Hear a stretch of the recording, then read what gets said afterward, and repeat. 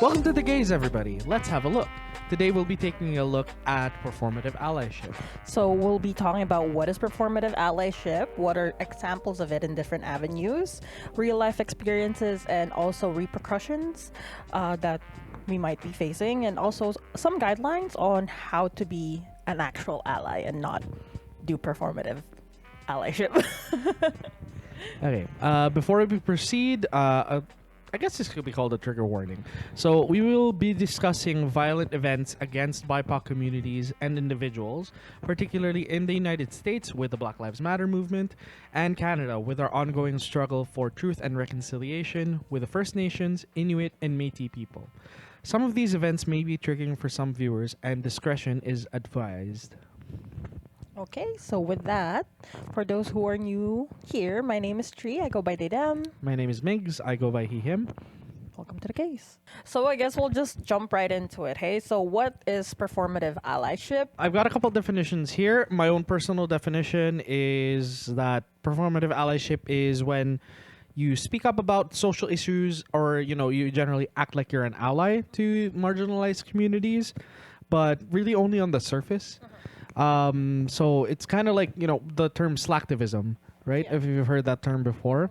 So it's like, kind of barely doing the bare minimum and not really doing anything to affect real change. Yeah. Yeah. And then I guess there's some more academic definitions. So from Sochi Ledesma from catalyst.org, she says, and I quote, performative allyship hurts the people it's meant to support and maintains the status quo by appearing to promote change without producing change, which is inequitable and demoralizing, end quote.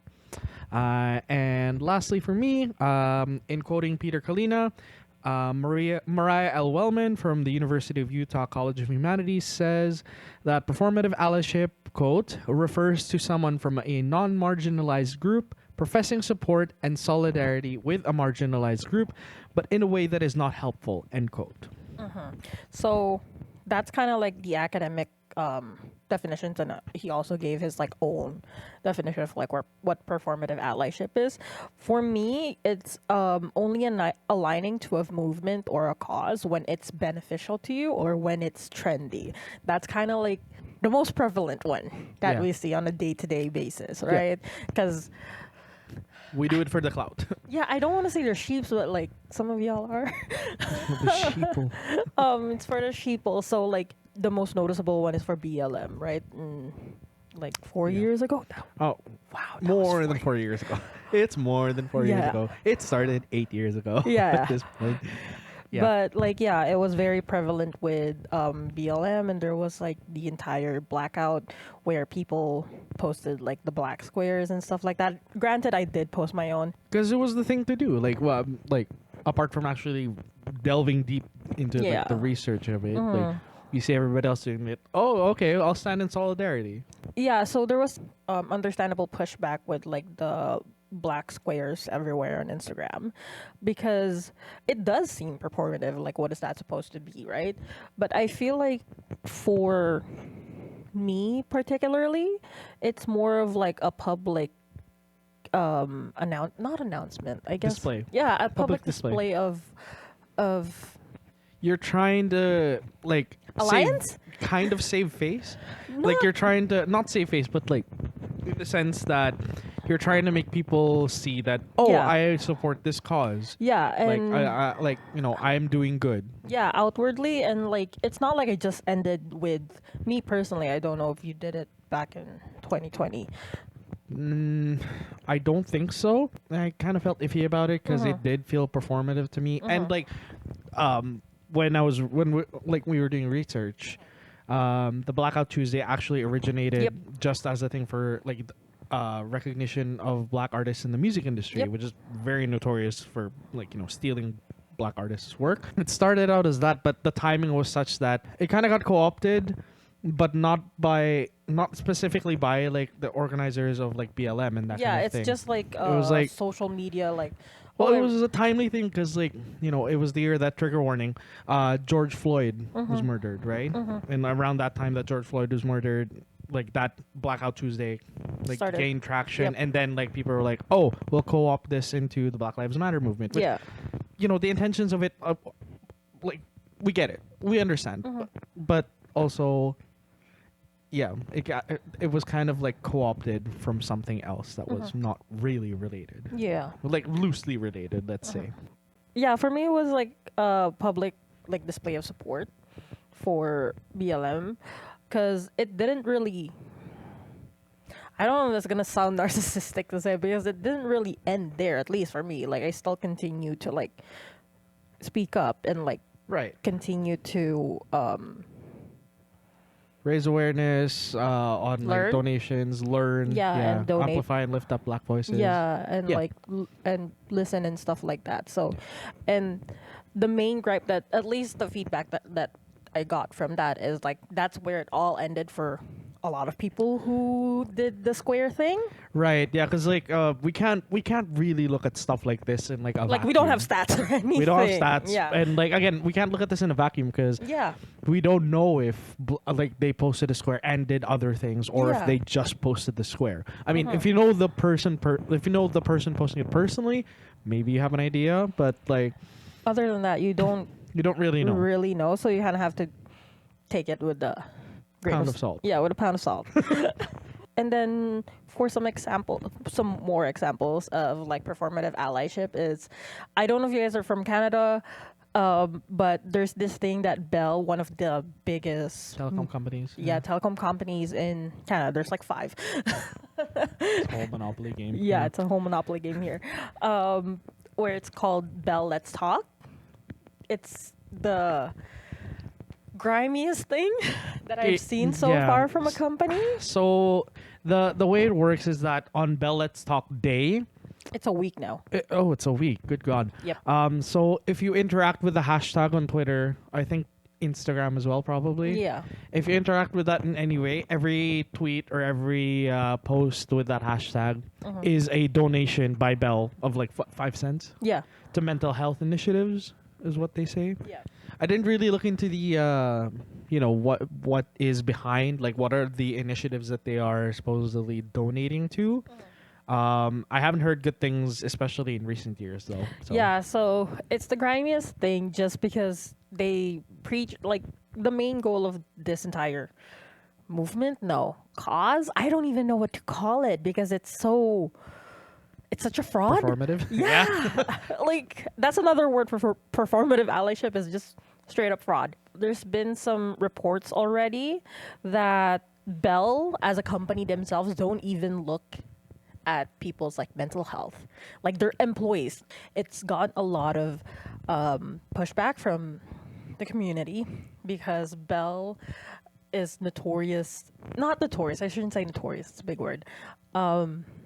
They do the typical thing. That Yeah, they other did a big companies typical do. thing like what a company would do, especially if they have like, it used to be a day now a week for mental health where they actually fired a radio host for submitting, what was it, hold on. And just as an aside, like why we say radio host is Yeah, it's because a radio Bell host. also has their hand in a bunch of other things. Yeah, including, like again, monopoly. like Virgin Radio. Yep. They're owned in Canada by Bell. Yep. So.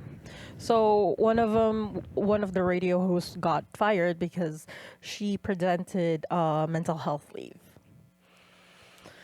and they were like, "Okay, you're fired." Just like, oh, Like during the week. Mm-hmm. Wow, that's pretty on the I nose. don't think it's during the week. I don't quote me on that, but like I don't believe it was during the week. But then Even if it wasn't, though. yeah, just to know that like that's one of your like main things that you do for the week, for the year, right? It's like And that's such a high profile, like compared to the event. rest of We the. go- like yeah, it's an event. Yeah, and like compared to the rest of the company, a radio host, like that's a pretty high profile person compared to the rest of like the company. I heard from the grapevine that so here particularly in the city that we live in, even here like in the small scale, we don't even have to look at like radio hosts and stuff like that. They're giving this one person a hard time to accommodate them. They only really accommodated that person once the person who was advocating for them said that, okay, what would the media think if I brought this up to them? Ooh, threatening. Yeah. Oh shit. Because they were giving them such a hard time. It was, and again, this is recent, and like the Bell Let's Talk Bell has been happening for a while now, right? Like I think It's been years. yeah, pre-COVID. Oh yeah, definitely pre-COVID. So exactly. So that's what performative allyship looks like. And they have, I think right now, I heard from the grapevine, again, I could be wrong about this, is Bell employees have like unlimited PTO if it comes to mental health. I could be wrong on that. That sounds very fake, but It that's what I does. heard. Was that maybe a result of the backlash? Yeah. Oh, okay. Yeah, yeah. If that's true, like if at least they're doing something about it. Here's the thing, just giving them PTOs doesn't really do anything about it because you don't give them the support that they need. Paid time off is great and everything, but not if you don't have like a proper environment for people to like advocate for themselves, right? Right. And like if you already have a shitty past, you can't just put a fucking band-aid on it to make No. it everything be better or like right? It's so shitty. So- And like that puts me in mind of like to bring in another example, cops at Pride. oh Why are my there cops at God. Pride? I understand. Pride was a riot. I understand what they're trying to do. They're trying to rebrand and everything like that. But at the same time, at the core of it, you're the one who upholds these systematic failures against certain communities. I understand that, like, oh, that's not us anymore. But like, based on the track record and like what's been happening around the world, you really do. You don't need to be there. No. You don't need to be there. Yeah, no, not unless there are other steps that are taken to, better your relationship and your, what's the word? Public perception. Public perception and like just the way you treat those marginalized communities that you say you are an ally for. Yeah. Or like, what is it? To protect and serve. Who are you Who? really protecting and serving? Who are you protecting and serving? Who are you really protecting and serving? It's Poli- not my ass. The police was created to protect and serve the rich and the white. And specifically in Canada, the police was there to rip indigenous kids and babies away from Their families and their communities And their communities. and their freaking culture. Mm-hmm. Residential schools, Yeah. like that entire group of people. I understand. I understand. There's gay people in there. There's like people of color in that establishment as well. But you still need to understand the nuance of like you just being in that community or like being part of that group already kind of sets a precedent Yeah. already, right? So again, we're not trying to discourage like gay people who are part of like the police. Maybe come as a civilian, not as part of No. the uniform. How And about again, if police departments are around the world are listening, if the FBI is listening to us now, 4 episodes in, do better, bitch. Do better. do better, and then we'll invite you to Pride. Yeah, maybe. That's a big maybe. That's we'll, a bit. We'll do an audit. That's as a maybe. Yeah, we'll do an audit and then we'll check on that. And then we'll talk. Yeah, and like the most, I guess, for everybody who's like really into like pop culture, the most famous of right now, or like most well known for being a performative ally, is T Swift herself. Who else? Boy. Swifties come at me. I don't give a shit. Oh, shit. I don't give a shit. But yeah, she's been the hottest person on at least on the TikTok side because of various things that Well, she's been doing. she's the it girl right now, right? I won't say it, girl. No. I'm not saying for the right reasons, but she is the it girl. I'm pretty sure.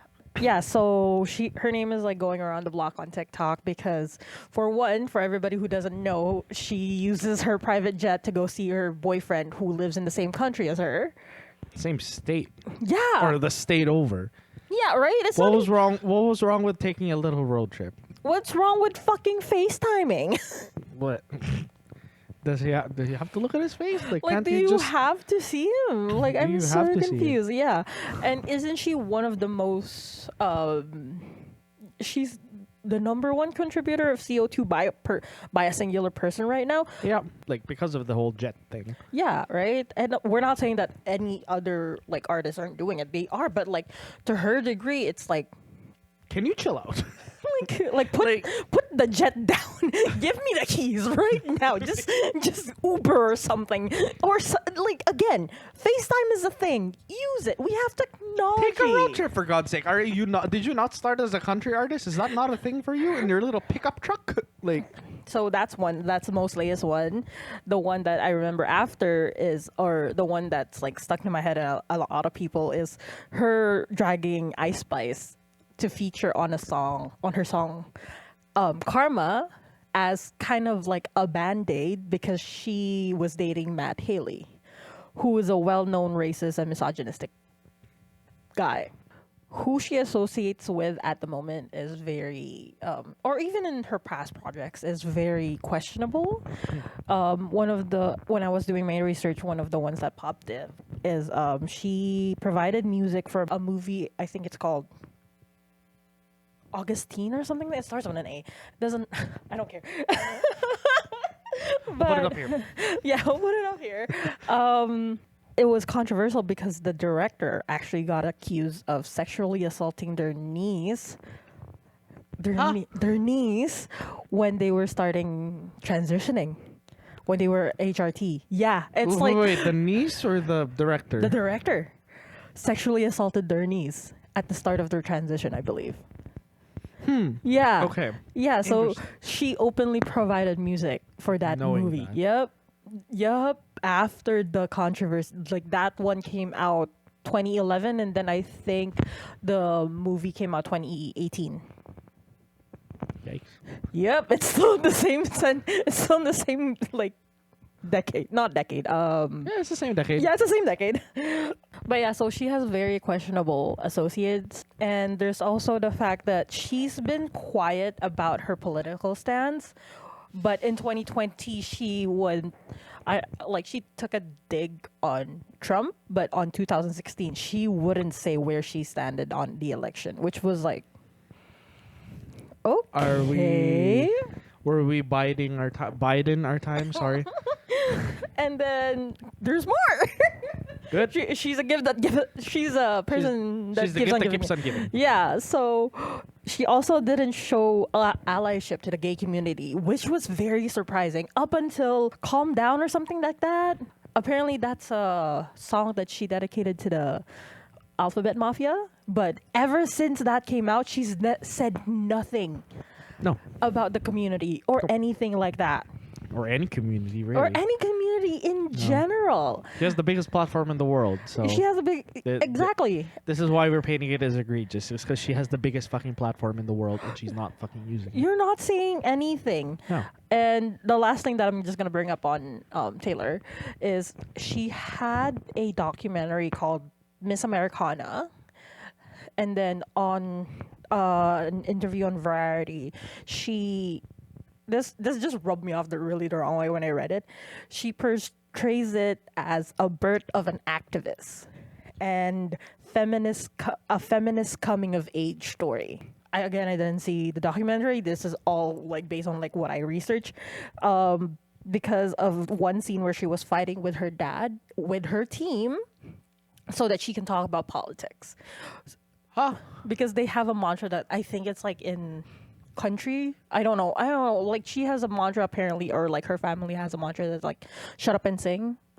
So aka don't rock the boat? yeah, type like that along that line. Which is like, one of the biggest names are like the biggest activists. Nina Simone?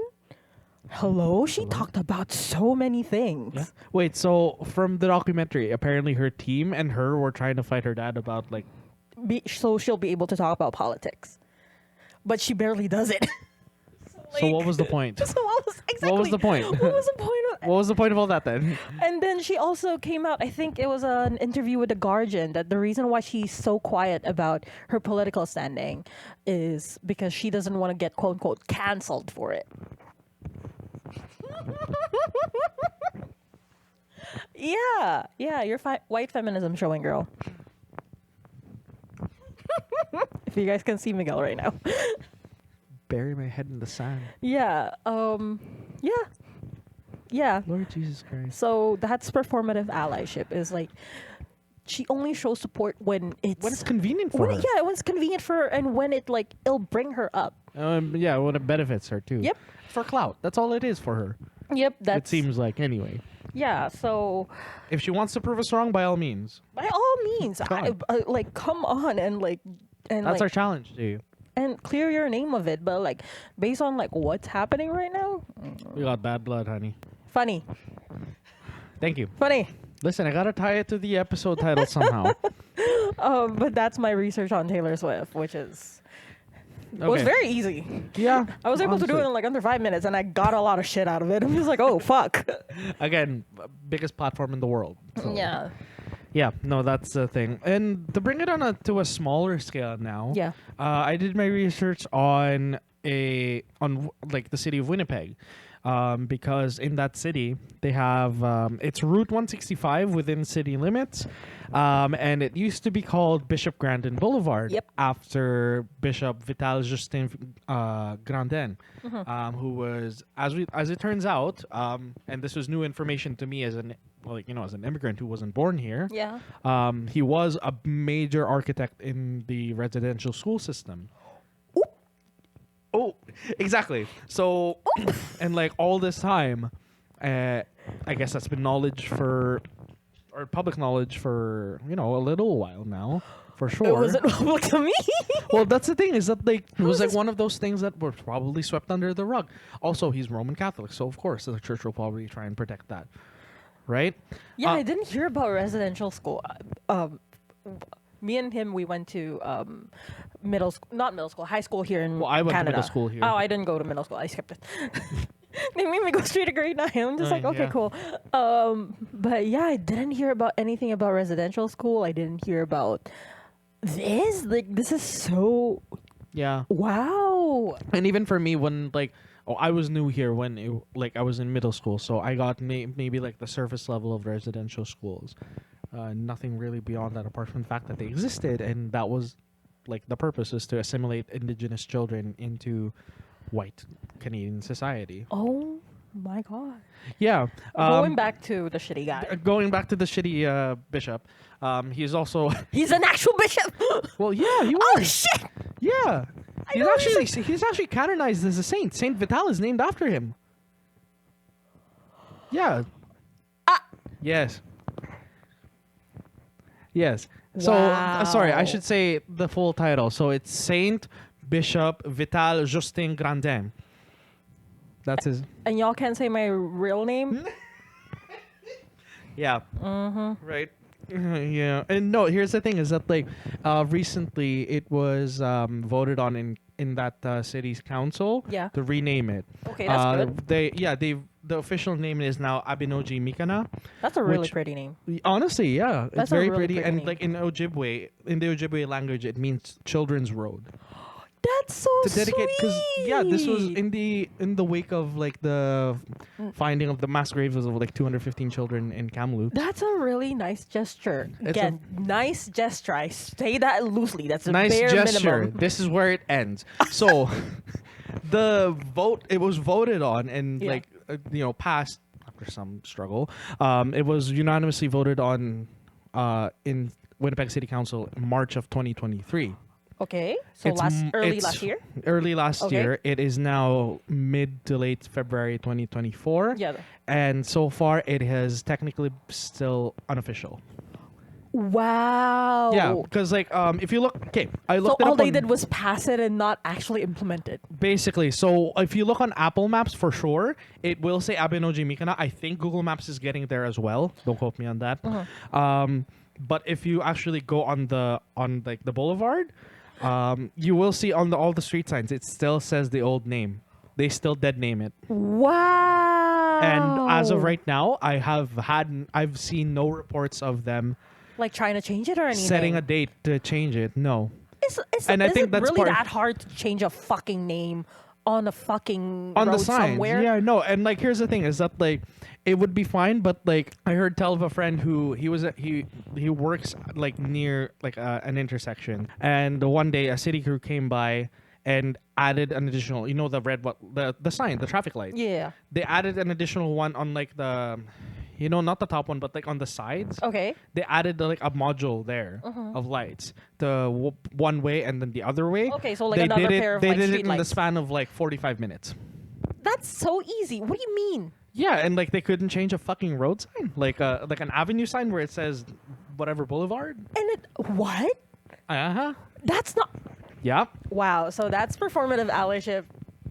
Like Yeah. all over it. Like And like to add insult to injury, I also found like there were reports like after the resolution to rename it has passed. yeah. There was what is it here?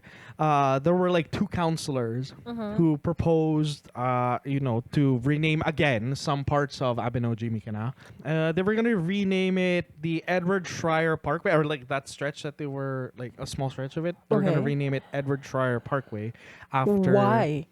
Okay, apparently it was for like Edward Schreier, who was the first NDP Manitoba premier. Okay. Who apparently, according to the two councillors who put that motion forward, was a friend of the indigenous community. This is the same man who approved like the hydro dams that basically ruined a lot of indigenous people's way of life. Like That's so bullshit. It passed. It's the names aren't even changed yet on the fucking they're highway. still trying to change it. Yeah, I know. And like Chief Angela Levasseur of Nisichawayashik Cree Nation, Yeah. she called it like rightfully so. She called it like offensive and like It is triggering. offensive because it just passed. It's not even implemented yet, and now you want to put another motion to change it to another white man's name, back to exactly. a white man's name. Oh, I a should white say, man that like again he who actively hurt the indigenous community. That's so. What the fuck? yeah. What the fuck? And like hydro in particular, hydroelectric energy in particular for like Manitoba, BC, whatever, that is another contentious issue that we'll Yeah. probably drive into in another episode. Yeah. But yeah, that that screams performative because like Politicians are the best performative allies are. out there. Like, takes the cake every single yeah, time. and for unfortunately, infuriatingly, it's for pragmatic reasons because like how long are like politician terms? Usually 4 to 6 years. Yep. Well, if you're gonna affect change that's like long lasting and helps to break down systemic whatever, Yeah. it can't be done or even implemented within 4 to 6 years. So Yeah, they no. look for these band-aid solutions. That's the issue. Why I don't like talking about like politics like that. Again, everything is political, but like the politics in general, because it just gets tiring. Because these politicians, they know what to do. They ran on a certain platform. They ran a certain, what's the word I'm looking for? They're like promises. Yeah, and, their promises and stuff like that. But then when you put them in office, they don't do anything. Yeah, because again, They go back on their fucking word. they have to take into account that 4 to 6 year term that they have to appease all of their Yeah, and constituents there's also and like their backers, their and their backers and whatever. stuff like that. And it's just like, so it all goes down Yeah. to money. So they have to be performative as a like. Like it's And like because they don't have to live like that reality that they're yeah, creating, because right? you're already if in my mind, if you already have the capabilities to run for any type of like government, you're already privileged enough for majority of compared to the majority of the people, right. right? So that's why I don't Another really, episode. That's why I don't talk about politicians or like I don't dive into. That's a very bad mindset. I understand that, but like I still take action when needed. It's just that like it's such a sad turn of events when you look at politicians, and again, I understand there's like a parasocial relationship with politicians as well. Yeah, and that's the thing too is that like people rely too much on the political side of it to affect change. yeah. Because like yes, it would be nice to have the systems working for us rather than against us as marginalized people. But we can also be doing stuff as a community Grassroots outside. movement. Yeah, grassroots movements are like why do you think we have a 2-day weekend right now? Otherwise, we would all be working 7 days a week. Exactly. Like we fucking Workers campaign. union. Yep. Unions campaign for all of the Yep. shit all of the benefits that we enjoy today as As workers. much as like unions are not perfect, but like they're still for the workers. Like they're still there for us. Those are grassroots movements. yeah, like- and we can't discount that to just rely and depend on these politicians. We have to Like work over and over together. again. Yeah. No. Yeah. No. Totally. I understand. Yeah, and that isn't that like the repercussions of, Yeah. in a sense, like what performative allyship like creates. Yeah, you get complacent. Yep. You rely on other people to, do the work that you're really supposed to be doing as well. 'Cause- Like, and you develop a parasocial relationship with that person, Yeah. and or it's, that movement or community. or that movement or whatever. the community or whatever that you're doing.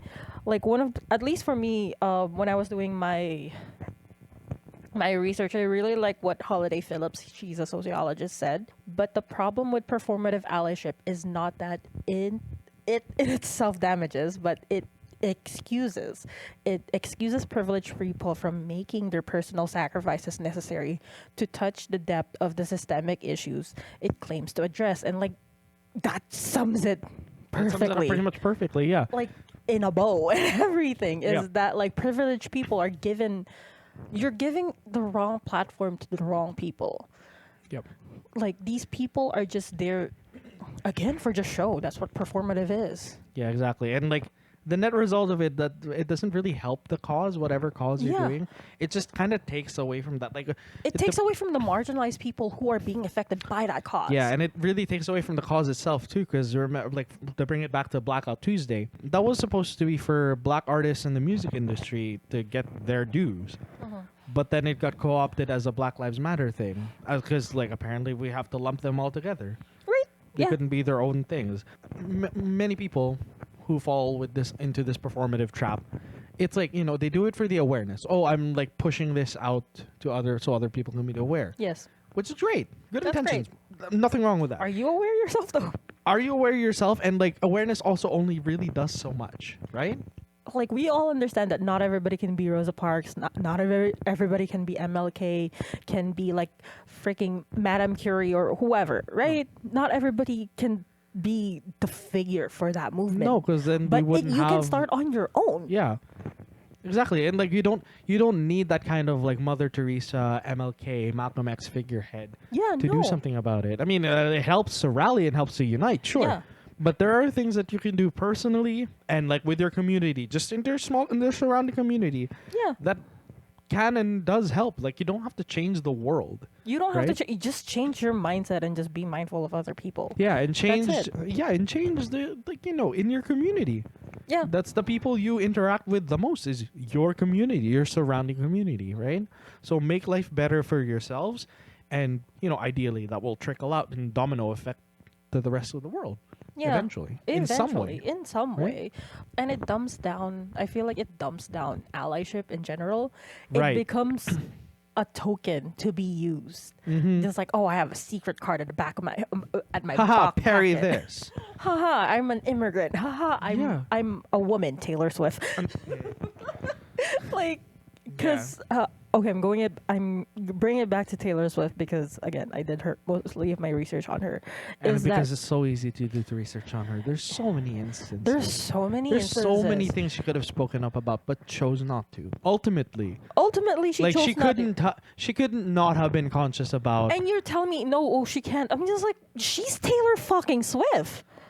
As much as I don't listen to this girl, as much as like I don't really appreciate her artistry or like her in general, but like I can't admit that this bitch has fucking clout. Look at what happened to the Super Bowl. A lot of like white women were watching the Super Bowl The Super Bowl alongside. had its highest fucking viewership in years because of her. Exactly, because Like, they and just all, want. all you football bitches out there who are like, drink brown beer and have like beards, like fucking Wake up. Wake up. So what? What if she is the one bringing in the damn things? Like, she's the one keeping the NFL afloat. So Essentially, thank right now. her. Yeah. Just thank her right now. if you have that much influence, You can say whatever the fuck you want to say. why don't you use it? It's like, okay, it's like the British royal monarchy. Yep. There was this line in Johnny English, like the first Johnny English movie, 2003, like when the villain Pascal Sauvage, he's like, I'm gonna do a silly French accent. The queen has in her tiny little hands or her tiny little gloves, the ability to wage a war, but she doesn't. Like, you know what I mean? She can Yeah. turn a tide if she wants to, but she chooses not to. That's basically what we're getting at with With T Taylor. Swizzle. Yeah. And really, any artist of that caliber who either does not speak up or speaks up only when it's convenient for them. And again, since Taylor Swift aligned herself with certain communities, mostly her being a woman, Mm-hmm. she uses that to like shield herself from criticism, very valid criticism on top of that. I was on TikTok and I came across this one creator. They called themselves theologists, Swiftologists, or so, Swiftologists. yeah, Yeah, it sounds Swiftologists about or right. something like that. And again, I'm not trying to discount them or anything, but it's like, girl, they made a comment about Taylor Swift that I found really interesting because one of Taylor Swift's brand is that she always associates herself as the underdog. Again, as much as like Right. at the very beginning, she's just that girl with the guitar, like singing about her diary. And now she can't really do that anymore because you're Taylor fucking Swift. You She's had the big dog now. She's no longer the underdog. yeah, That's the you're one of the like your past Eras tour is like one of the most. thing. It's one of the highest grossing like tours Yep. ever. So she can't really have that brand anymore. So she's kind of scrambling to see what her next brand is. Again, that brand came from being like an underdog, from being a performative ally. Like associating yourself with people who are like on the outside when in reality Even back then, she was just the widest bred, middle of the roadist artist. Like, even to now well, yeah, honestly, even till now. even till Yeah, now like I'm just saying, like even like back then. Swifties, y'all can come for me, I don't give a shit. But yeah, she uses her whatever underdog card that she has to the ground. Like her white feminism is definitely showing. And then isn't that the reason why she came out with that song Mean, because everybody was being mean to her about her and her songs when it's mediocre songs. And for the fact that you have 13 Grammys, it promotes mediocrity. Well, that's just the Grammys in general. But But I digress. that's a precedent for something else, for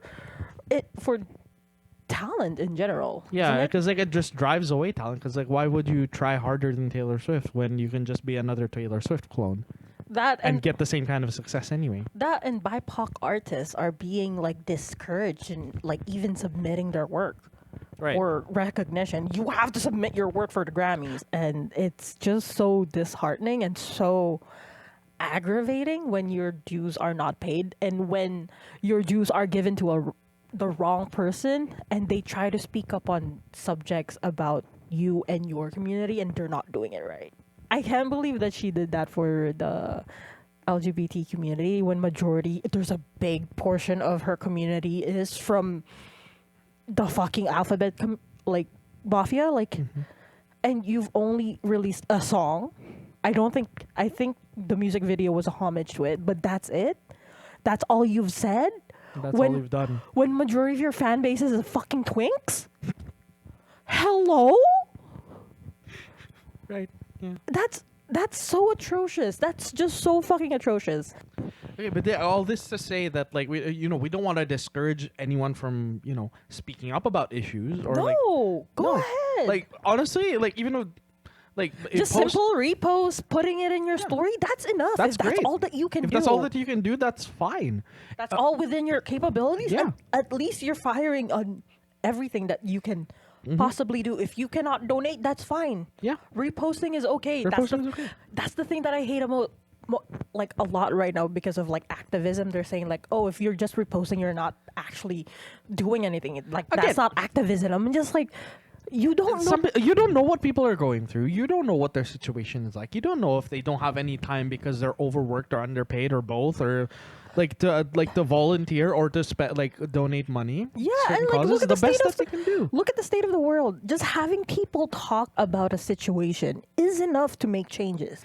Keep on posting those stories. Keep on letting other people know about these issues or like your stance on. If you get annoying enough, some people will break down and just look into it. Yeah. And beyond that too, it's like what else can you do while being overworked and underpaid? Like you could Honestly. call your representatives or like draft them in. There's if you Google it, you could find templates for Literally to emailing email your representatives, representatives to, or make like them your aware or premiers to or pressure anything. them. Yeah, Yeah, boycotts boycotts are working. Boycotts are very much working. We're in a capitalistic society, people. Please Yeah. understand that. As much as people are saying like, "Oh, boycotts aren't working," Yes, they are. Look, again, we are a very Yes, they are. capitalistic society. They will. If everybody participates It in a is boycott, gonna work. it's gonna bring a company crumbling down. It is I gonna promise work. you. Yes, it will. And like for certain, what is it? The current hot topic. We won't say what, but you'll get context clues if you look at the date. Like there is some of the coffee shops out there, some of the coffee shops, some some of the of fast the food fast places. food restaurants out But there are that's in the the thing red. is that like for me personally, I've been trying my hardest to. And so far, it's been working. I've been trying my hardest to participate in that kind of boycott, and Oh, yeah. it was also a way for me to reframe my thinking to be like, okay, what can I get that's maybe local, especially in the case of like coffee. Yeah, Like it helps me so and Pri much. have been like exploring a lot of local Yeah. coffee places recently. It's been Yeah. pretty great. Yeah, we have our little lists of like have where our we like to little go. At least I do. Some of the But that could be a real but local coffee places. Why they boycott? again, like, and it's giving back to the community because you're going away to those big companies. Exactly. You're giving to small businesses. Mm-hmm. You're either going to mom and pop shops. You're giving back to the community that you live in, Exactly. and that's taking away from the capitalistic cog that we're currently in the living hell right now. You know.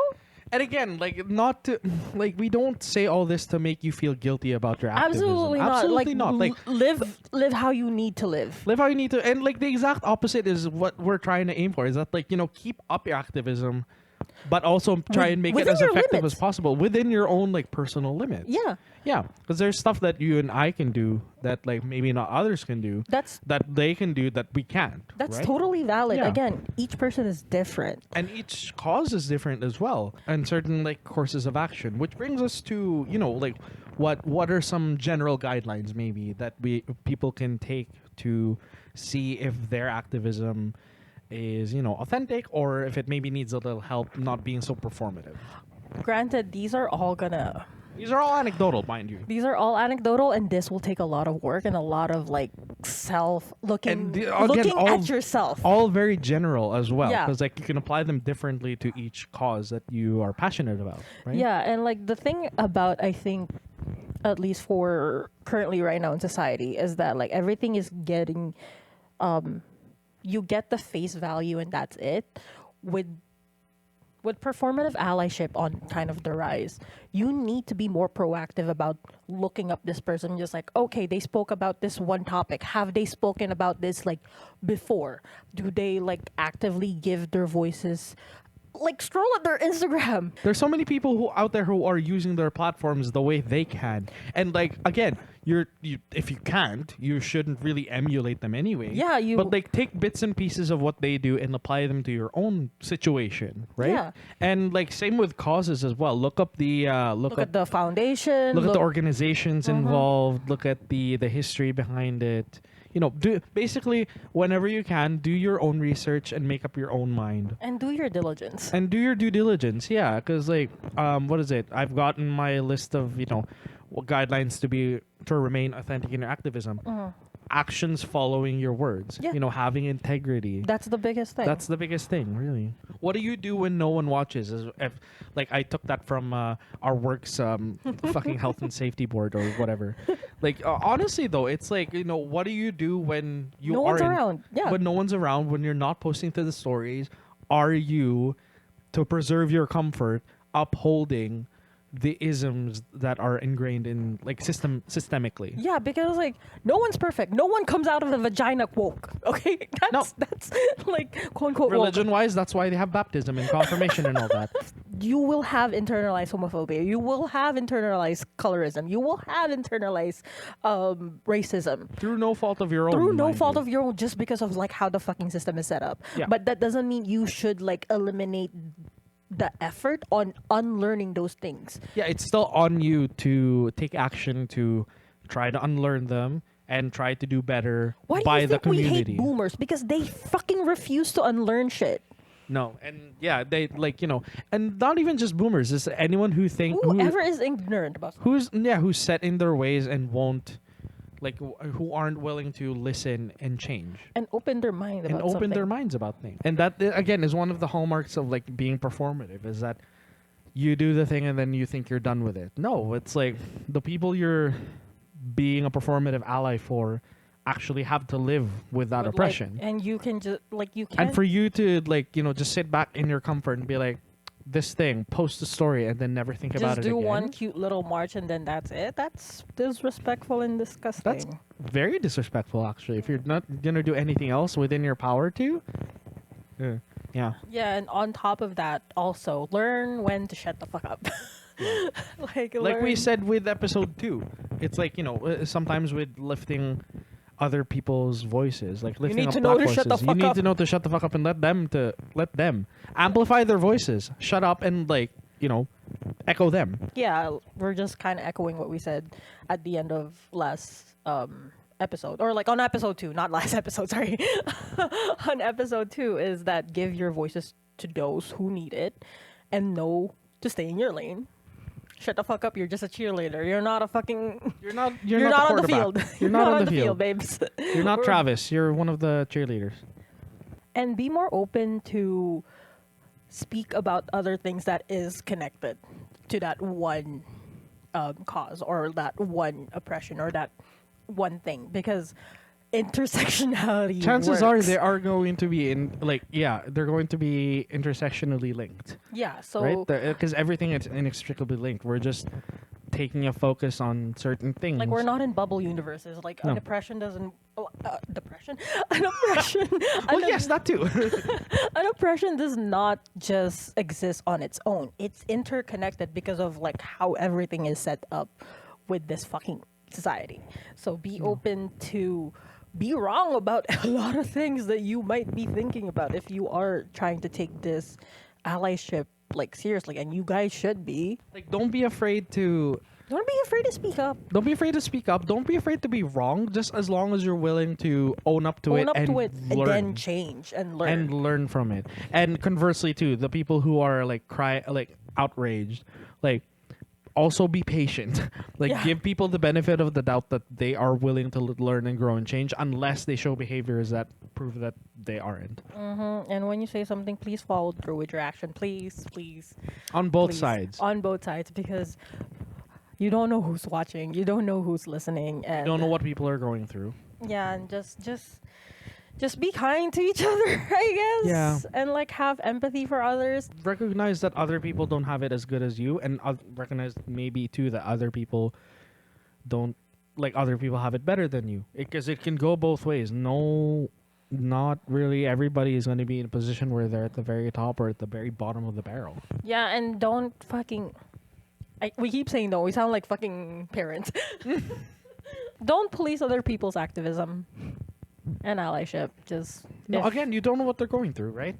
Just make so- sure that you're checking your own self. Yes, please, please. That's the biggest thing. That's the biggest thing. If Yeah. you guys are gonna take away anything from this episode, is to just be self-aware enough to know that you can be wrong and be Don't rest on your laurels. Don't Yep. be complacent.